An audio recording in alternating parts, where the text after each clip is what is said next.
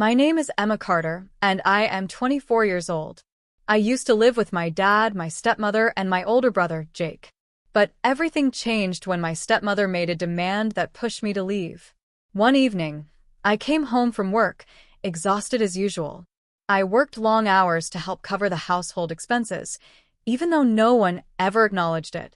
As soon as I stepped inside, I saw my stepmother, Linda, sitting at the kitchen table. My dad was next to her, flipping through the mail. She looked up at me with a cold expression. "We need to talk." I sighed and sat down, already knowing this wouldn't be good. "You're an adult now," Linda said, crossing her arms. "If you want to live in this house, you need to start paying rent." I blinked, confused. Pay rent? I had been paying for almost everything, groceries, electricity, even part of the mortgage, but she acted like I wasn't contributing at all.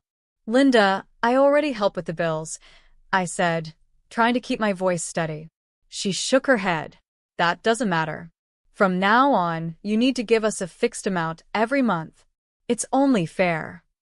I turned to my dad, hoping for support. "Dad, you know how much I already pay. Why are you okay with this?" He sighed and put the mail down. "Linda's right, Emma. You live here, so you should pay your share."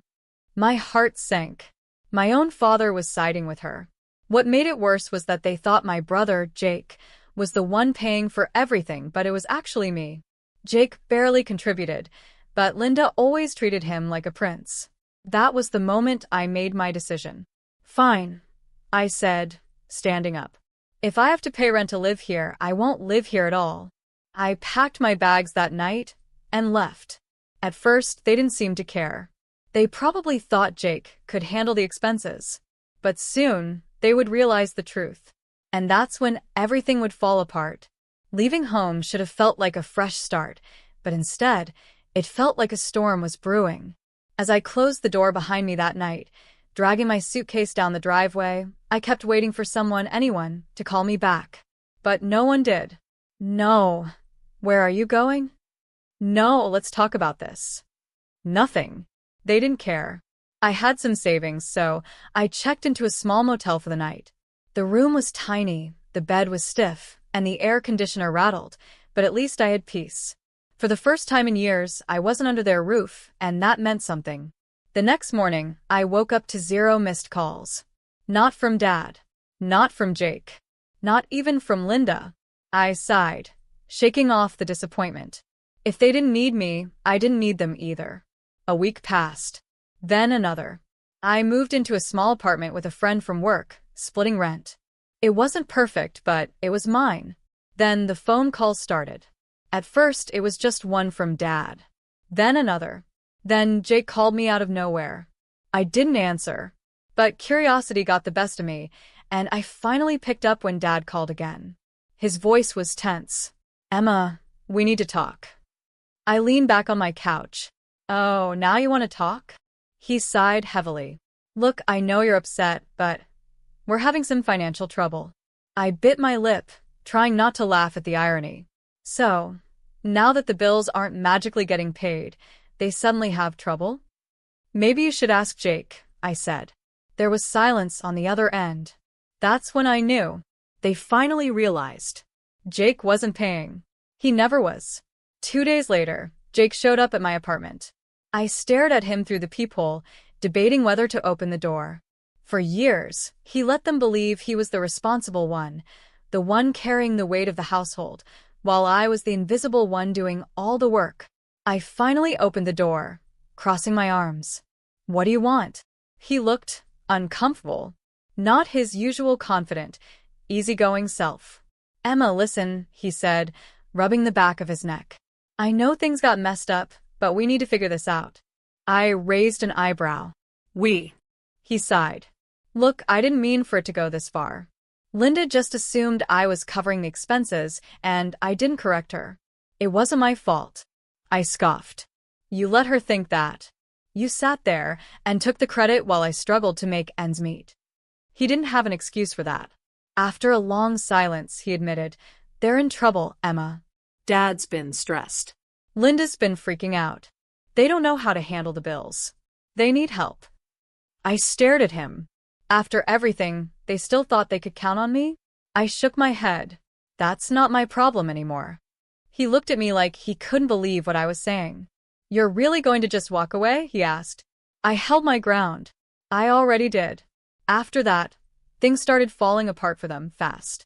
Linda tried to keep up appearances, acting like everything was fine, but their finances crumbled. They missed mortgage payments. The electricity got shut off once. And suddenly, Jake wasn't the golden child anymore. The best part? People started to notice. Neighbors, family friends, even relatives who used to praise Jake and Linda. And me? For the first time, I was free. But something told me this wasn't over yet. For the first time in years, I was living life on my own terms.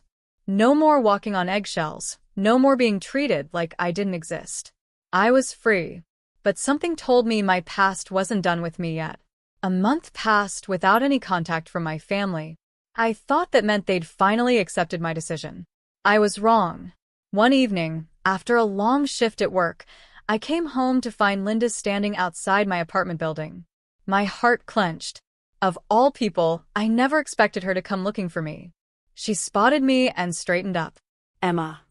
I debated turning around and walking the other way, but something about the way she looked, stressed, tired, desperate, made me pause. What do you want? I asked, keeping my voice steady. She let out a heavy sigh. I think we should talk. I crossed my arms. Talk about what? How you forced me to pay all the bills, gave Jake all the credit, and then kicked me out when I finally had enough? She pursed her lips. That's not what happened. I laughed bitterly. Oh, really? Then tell me, Linda, what had happened? She hesitated. For the first time in years, she didn't have a sharp comeback. She looked away, like she was trying to find the right words. Finally, she spoke. We're losing the house. I wasn't surprised. I had seen this coming the moment I left. But hearing her say it out loud, that was different. Jake can't afford to pay everything, she admitted. We thought. She stopped herself. I raised an eyebrow. You thought what?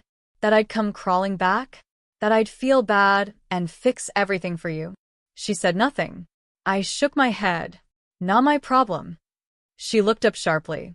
Emma, this is your family. That word, family, stung. She had never treated me like family.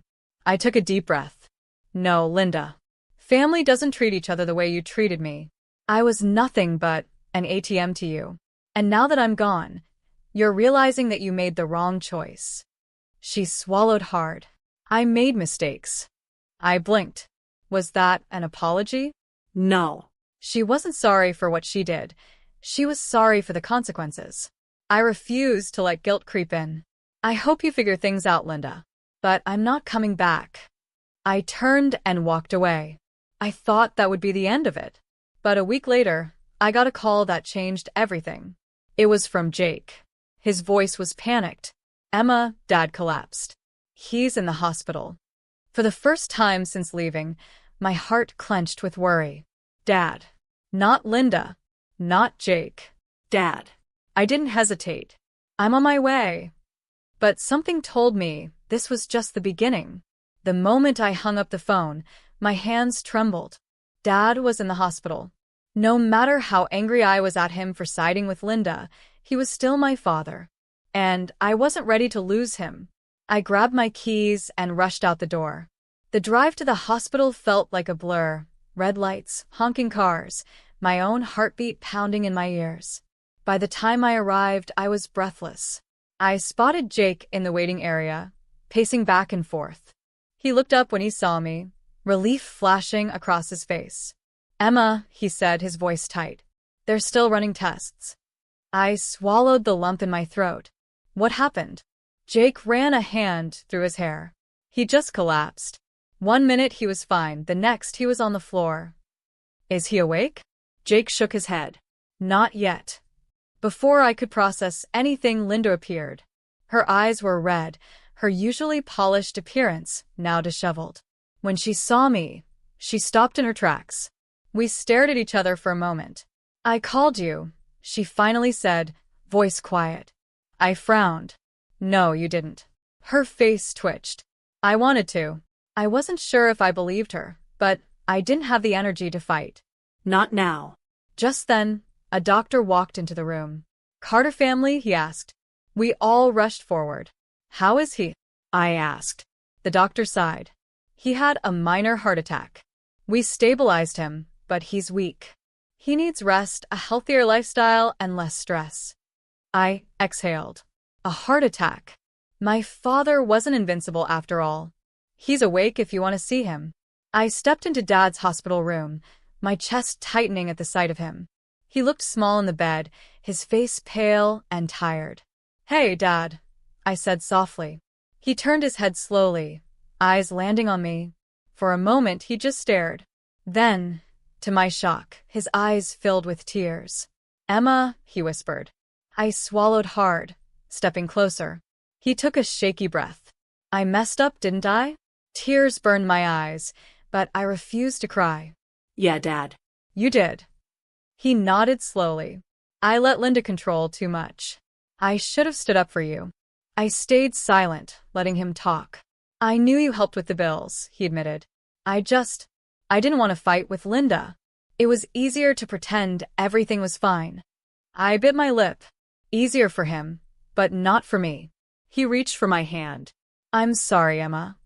For the first time, he truly sounded like he meant it. I squeezed his hand gently. I don't know if I can forgive you yet. He nodded. I understand. And for the first time in years, he actually did. As I stepped out of the room, I saw Linda standing nearby. She looked defeated. I walked past her, but she called out, Emma, wait. I sighed. What, Linda? She hesitated before whispering, Are you really never coming back? I turned to her, tilting my head. Why do you care? You wanted me gone. She looked away.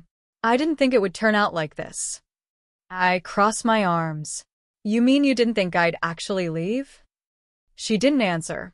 For years, she made me feel like I wasn't enough, like I was just a burden. And now, she wanted to act like she cared? I took a deep breath. I wasn't the same girl who let her walk all over me. I've built my own life now, Linda. One without you. Her face crumbled. I turned and walked away. This time, for good. Leaving the hospital that night felt different. Lighter. For the first time in years, I wasn't carrying the weight of my family's expectations. I was free, but freedom came with its own challenges. I drove back to my apartment, my mind racing. Dad had apologized. For once, he actually admitted he was wrong. But did that change anything? Could I ever forgive him? And Linda, she wasn't the same arrogant woman I had left behind. She was broken. But was it guilt? Or just regret that her perfect world was crumbling? I shook the thoughts away as I stepped inside my apartment. This was my life now, and I had no intention of looking back. A few days later, I was at work when my phone buzzed. A text from Dad. Dad, I know I don't deserve another chance, but I'd like to try. Maybe dinner sometime? Just the two of us. I stared at the message, my emotions tangled. A month ago, I would have ignored it. But now, did I want to give him a chance? I sighed and typed back. I'll think about it. Baby steps. That evening, just as I was settling in with a book, someone knocked on my door. I groaned. If it's a neighbor selling something, I swear. But when I opened the door, it was Jake. I frowned. What are you doing here? He hesitated before speaking. Can we talk? I crossed my arms. About what? How you let Linda treat me like garbage. Or how you let her believe you were paying the bills when you weren't. He sighed, rubbing his temples. I messed up, okay? I leaned against the doorframe. Yeah, Jake. You did. He nodded. I didn't correct her, because I liked being the favorite. I like having it easy. But when you left, everything fell apart, and I realized how much you actually did for us. I stayed silent, letting him continue. I never should have let you carry everything on your own. I'm sorry, Emma. I searched his face, looking for dishonesty, but I didn't find it. I exhaled. You're a little late, don't you think? I know, he admitted, but I still wanted to say it. For the first time, I saw him not as the golden child, but as a flawed person. Maybe he had been just as manipulated as I had. I softened. Apology accepted. But I'm not going back, Jake. That life is over for me. He nodded. I know. I hope we can be family again someday. I hesitated before responding. We'll see. Maybe not today. Maybe not even soon. But someday. A week later, I sat alone in a quiet coffee shop, sipping my drink and watching the world go by. For the first time in my life, I wasn't living in someone else's shadow. I wasn't carrying anyone else's burdens. I was just Emma, and that was enough.